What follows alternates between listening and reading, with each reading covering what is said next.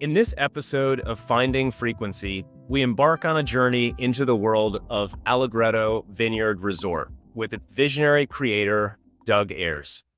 Imagine a place where the tempo of life is set to a cheerful rhythm, where joy, intention, and harmony prevail. Doug, a fourth-generation hotelier, takes us behind the scenes, sharing the inspiration behind Allegretto, a sanctuary of peace, proportion, and celebration. Rooted in Doug's lifetime of exploring global cultures and landscapes, Allegretto Vineyard Resort stands as his most personal project. Its 20 magnificent acres in East Paso Robles, adorned with art and artifacts from South America, Asia, Europe, and beyond, narrate a story of joy through time. This is a place where connection to a deeper source is expressed through environment, food, song, dance, and celebration.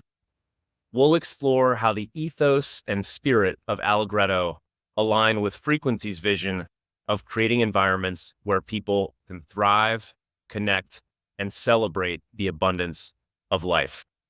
So I am really excited to have my friend Doug here with me today, and it is going to be incredibly fun. It's going to be a great journey. So Doug, welcome to the podcast. Good morning, Peter. I'm happy to be here today. Thank you for that introduction. I'd love to start out by, better understanding your journey into real estate. Your family has been real estate developers and particularly in hotels for 4 generations, but I'd love to hear, how you got into the business originally. Yes, I was in the recording arts and visual arts, working as a cinematographer and videographer, and a lot in music and sound and live recordings and so forth. But and I was living in Hollywood and California, and so we had our first child, and my wife didn't quite like the our that particular lifestyle up there. And so said, if we move somewhere, I'm going to do something else. So anyway, the opportunity came to work with my family, and my dad says, you want to build some homes? Single family? But sure. So that's how I started with the family business. And seems like everything that happened through the course of my journey was setting me up to build everything. There was a synchronicity of all the different connections that made sense for building. I find it really interesting how, our childhood informs, what we're doing now. And one of the questions we ask is if there was a space or a place when you were a kid that you remember feeling really good at or in. The Hollywood Bowl. Yeah, my mother would take us to see the symphonies throughout the summer. And that was just like, it was just in, in the Hollywood Hills. And, it's just like, it's a magical spot where the sonic environment and the vibration of the land there, I was just, nestled in the earth.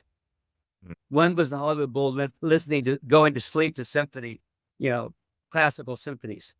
The other was, just goofing around with Tonka toys in the dirt and building things.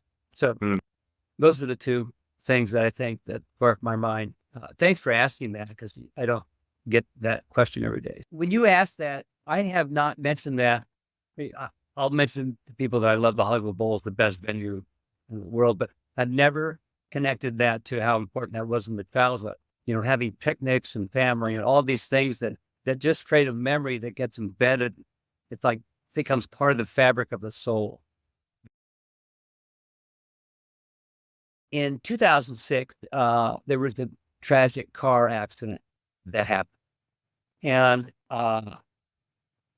my older son was driving and my godson was in the front. Dylan was in the back and was ejected and didn't make it.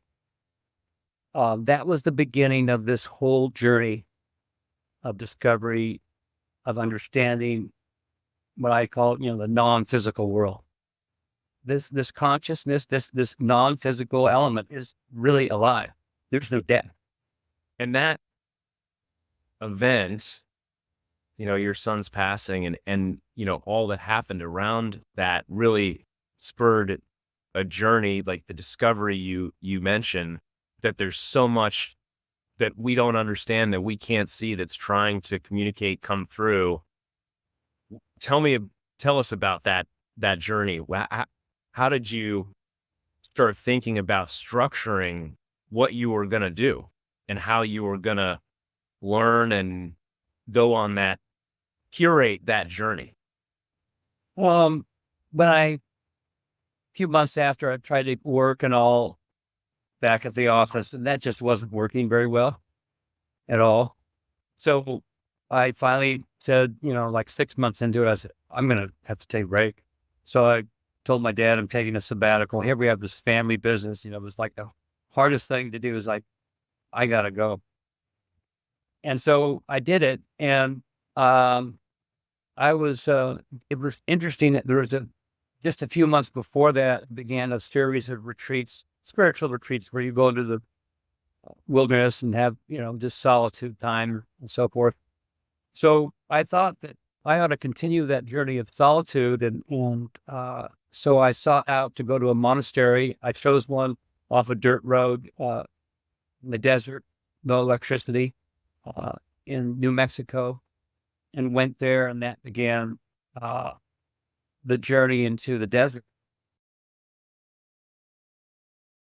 So you mentioned three things that I want to just define for folks.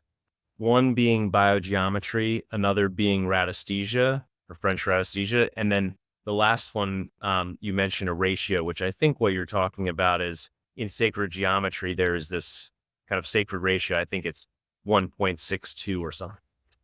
But can you tell us, just define biogeometry and French radiesthesia and that ratio for us? Just well, mainly it's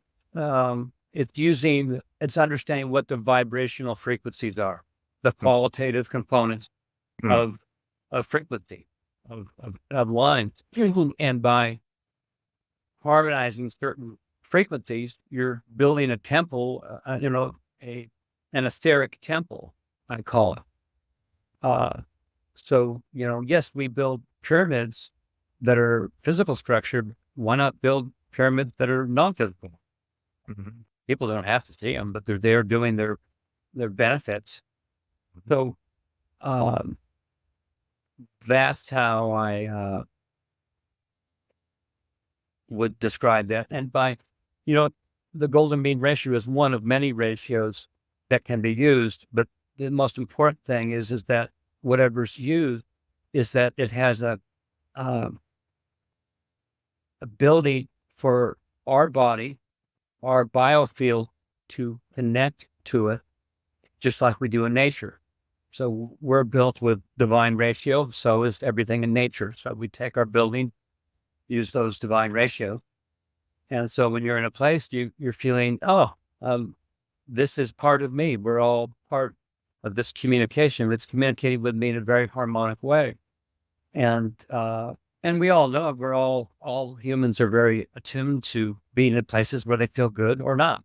Yeah. The ancients had an incredible, masterful way of building temples in these particular spots and doing all the right proportions that really gave rise to allowing one's being to be transported in a way that they're connecting deeper to their soul. That's the way I would describe it if you go into a cathedral. So when I was traveling, I would go to special monasteries, places where I felt this harmony, and then I would draw or plan or do floor plans. And that was sort of, I was doing that before all this accident.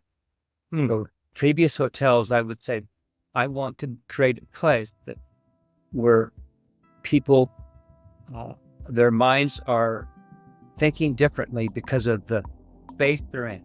Mm-hmm. That they're allowed to be this next step of creativity for where their soul wants them to go.